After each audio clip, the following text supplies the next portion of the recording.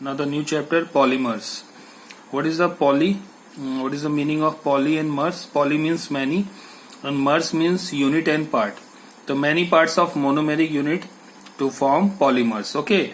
Now the definition is the compounds formed by repeated addition of monomeric units, same or different, with a mass of around 10 to the power 3 to 10 to the power 7 AMU means atomic mass unit, is called polymers. Means many type of monomers are formed to polymer. Suppose यहाँ पे क्या लिखा है कि addition of monomeric unit, suppose 2 or 3 or 4 or 5 type of monomeric units to form polymers. Okay. The compounds formed by repeated addition, मतलब बार बार addition हो रहा है monomeric units का, then form a polymer. Okay. Now the polymers have two categories. What? Chain growth polymer or addition polymer, and the second is step growth polymer. इसमें step growth होता है और now there is a chain growth polymer. Step growth polymer is also known as condensation polymer. The first is addition polymer. देखो addition polymers only possible for pi bond compounds, pi bond hydrocarbons. तो now pi bond containing hydrocarbon undergoes polymerization. तो pi bond containing hydrocarbon undergoes polymerization, मतलब pi bond वाले hydrocarbon का ही polymerization होगा. और उसमें which type of initiator use? With free radical, cationic और anionic initiator. मतलब इनका तीन टाइप से मैकेनिज्म होता है, एक फ्री रेडिकल, एक कैटायनिक और एक anionic, to form a polymer unit without any loss of smaller fragments like water, NH3, alcohol etcetera. मतलब इसमें कोई भी चीज का लॉस नहीं होता. ये जनरली क्या होता है, एडिशन पॉलीमर होता है, इसमें जनरली ऐड होता है, कोई भी बाय प्रोडक्ट का लॉस नहीं होता है, ना ही वाटर, NH3, ROH. ठीक है. तो जनरली इसमें जो इनका मॉलिक्यूलर मास होता है वो धीरे धीरे प्रोडक्ट बनने के साथ साथ इंक्रीज होता है. क्लियर.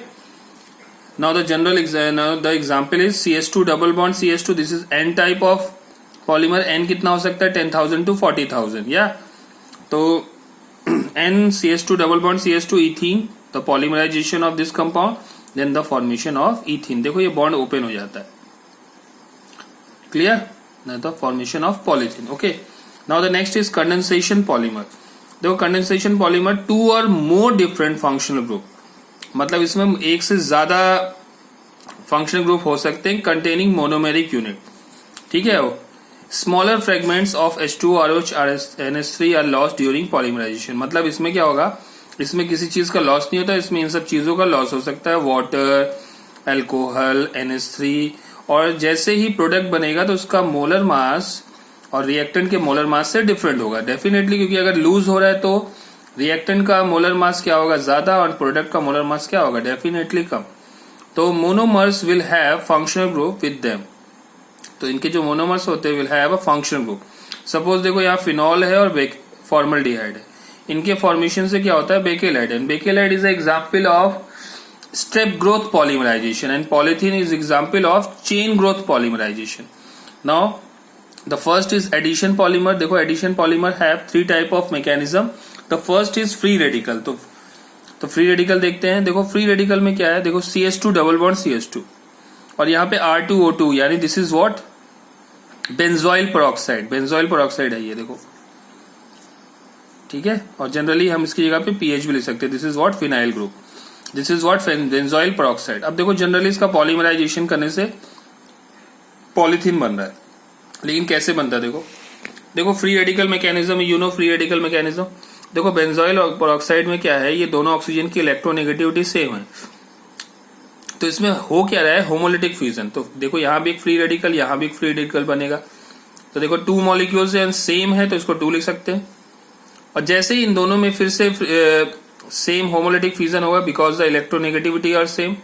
देखो यहाँ पे एक फ्री रेडिकल, यहाँ भी एक फ्री रेडिकल, तो ये फ्री रेडिकल मिलकर क्या बना देगा, एक बॉन्ड. और यहां से ये बाहर निकलेगा तो क्या बना देगा, CO2. And you know the structure of CO2, C double bond O double bond O. तो देखो जैसे यहां पर एक फ्री रेडिकल आया तो इसके ऊपर क्या आ गया, फ्री रेडिकल.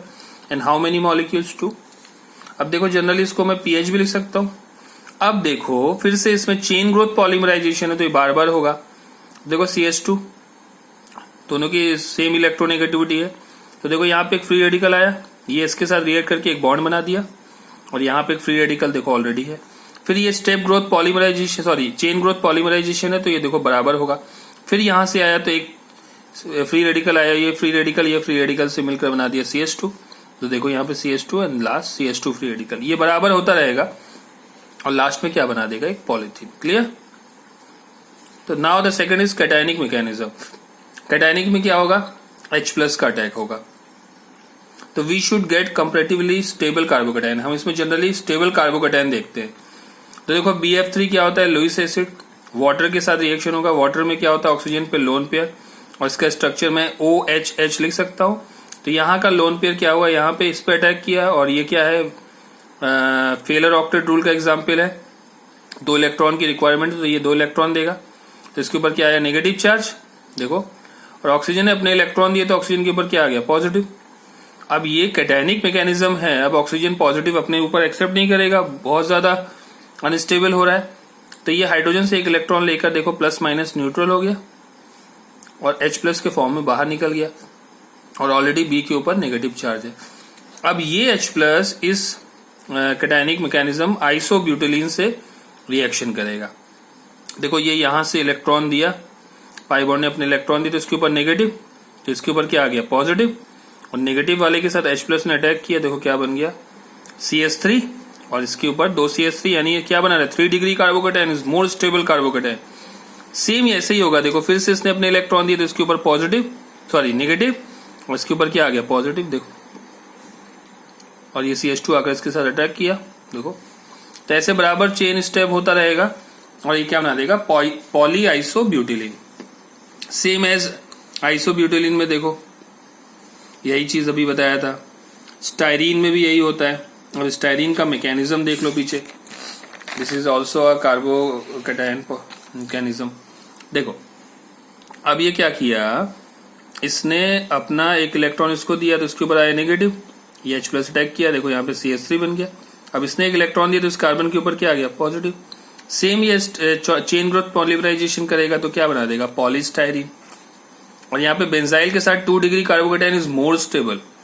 अब देखो एक्राइलोनाइट्राइल, ये क्या देता है, एडिशन पॉलीमर नहीं देता। देखो क्यों, देखो जनरली क्या है, ये आपका कैटायनिक पॉलीमराइजेशन नहीं देता, मैकेनिज्म नहीं देता। देखो अगर इसने एक इलेक्ट्रॉन लिया, तो इसके ऊपर नेगेटिव, ये H+ आकर इस पर अटैक किया, इसके ऊपर क्या आ गया, positive. And you know very well CN is a strong electron withdrawing group. Withdrawing है यानी -m इफेक्ट दे रहा है, तो ये तो इससे इलेक्ट्रॉन खींचेगा, और C के पास ऑलरेडी इलेक्ट्रॉन की कमी है, तो ये इससे इलेक्ट्रॉन खींचेगा, तो बहुत ज्यादा क्या हो जाएगा, अनस्टेबल, इसलिए ये एडिशन पॉलीमर नहीं देगा। कैटायनिक, कैटायनिक मतलब एडिशन में कैटायनिक मैकेनिज्म नहीं देगा। अब देखो acrylonitrile does not form polyacrylonitrile because of unstable carbocation formation and also present electron withdrawing group. अब एक्राइलोनाइट्राइल देगा क्या, एनायनिक मैकेनिज्म।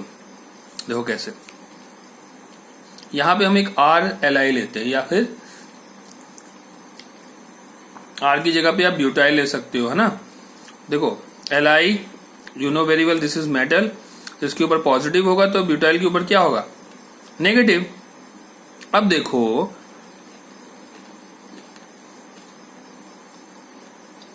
Clear, okay. अब देखो ये पाई बॉन्ड ने अपने इलेक्ट्रॉन इसको दिए, तो इसके ऊपर क्या है, नेगेटिव, इसके ऊपर क्या आएगा, पॉजिटिव। अब ब्यूटाइल ने इस पर अटैक किया, देखो अब इसके ऊपर क्या आ गया, नेगेटिव। देखो अब नेगेटिव आने से अगर CN है इलेक्ट्रॉन विदड्रॉइंग ग्रुप, तो इजीली इलेक्ट्रॉन का डिस्ट्रीब्यूशन कर सकता है, तो यहाँ पे क्या हो गया, कंपाउंड बहुत ज्यादा स्टेबल हो गया। अब सेम यही प्रोसेस आगे भी होगा, क्योंकि this is chain growth polymerisation.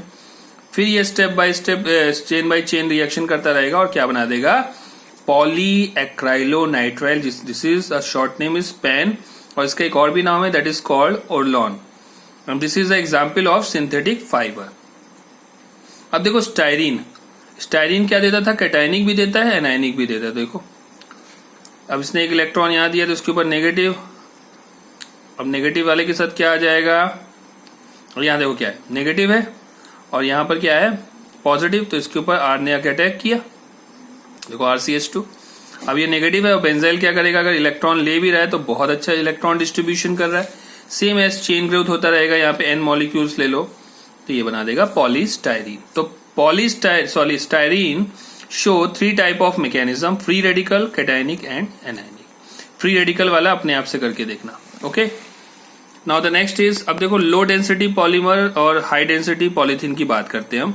Low density polythene और हाई डेंसिटी।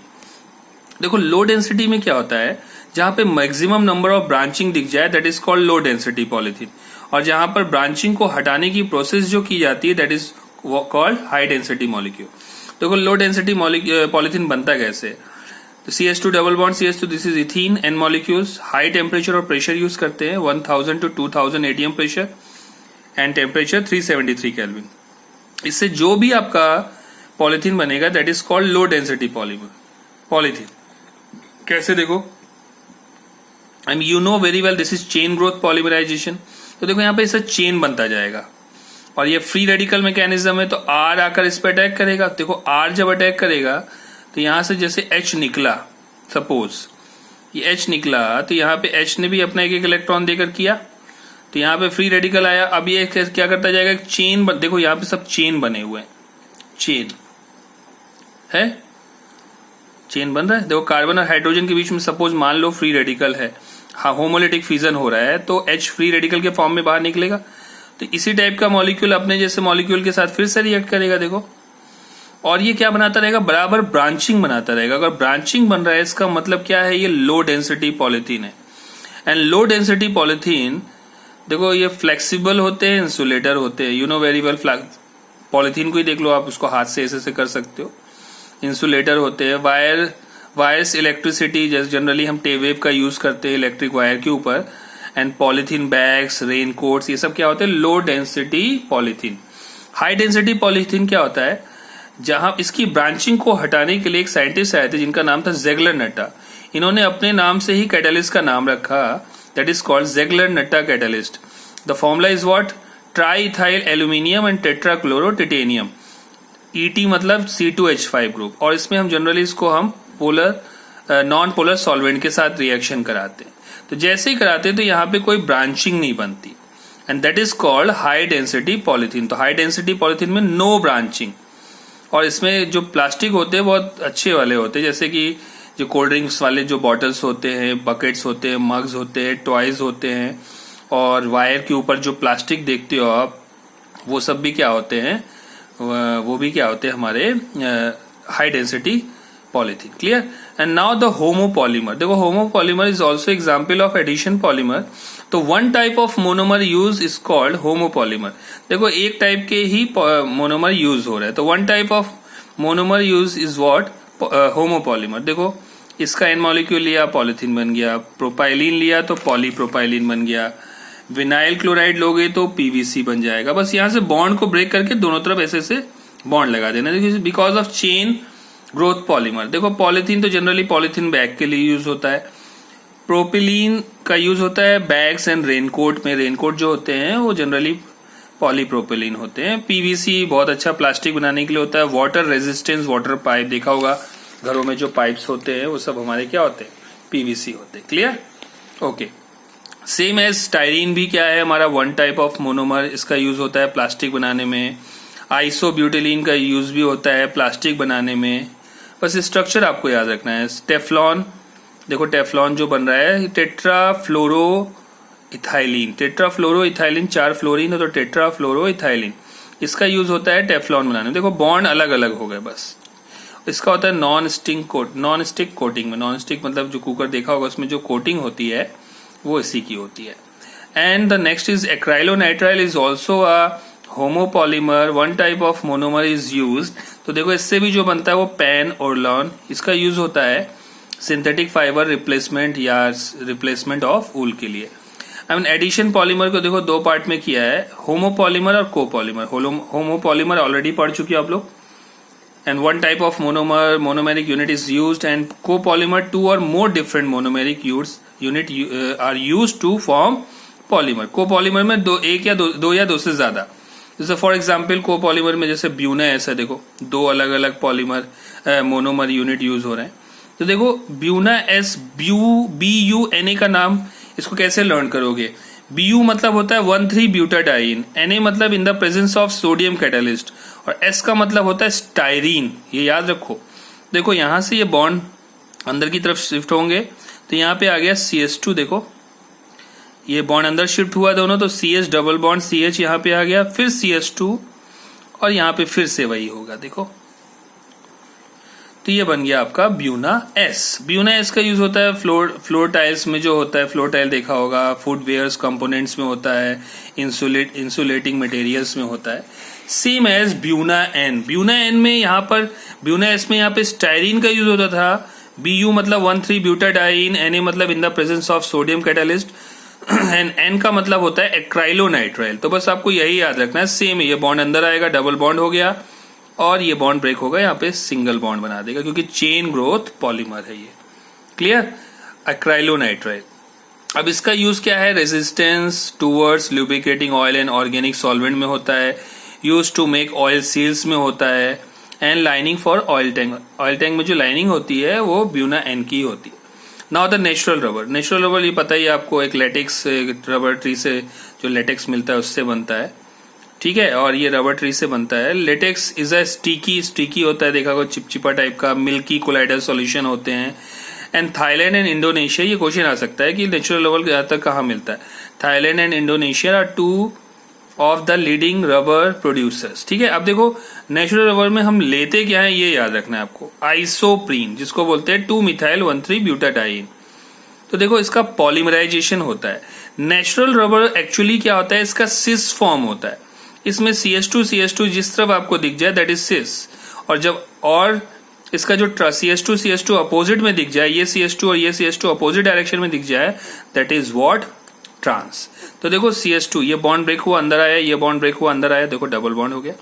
अब देखो ये CH2 और ये CH2 एक ही तरफ है। अब ये फिर से रिएक्ट करेगा अगले मॉलिक्यूल से, देखो फिर से ये अगला मॉलिक्यूल यहां तक, फिर ये अगले मॉलिक्यूल से रिएक्ट करेगा, देखो फिर से वही मॉलिक्यूल। तो देखो CH2 उसी डायरेक्शन में, सब जगह पर सेम डायरेक्शन में, it means this is a cis natural rubber.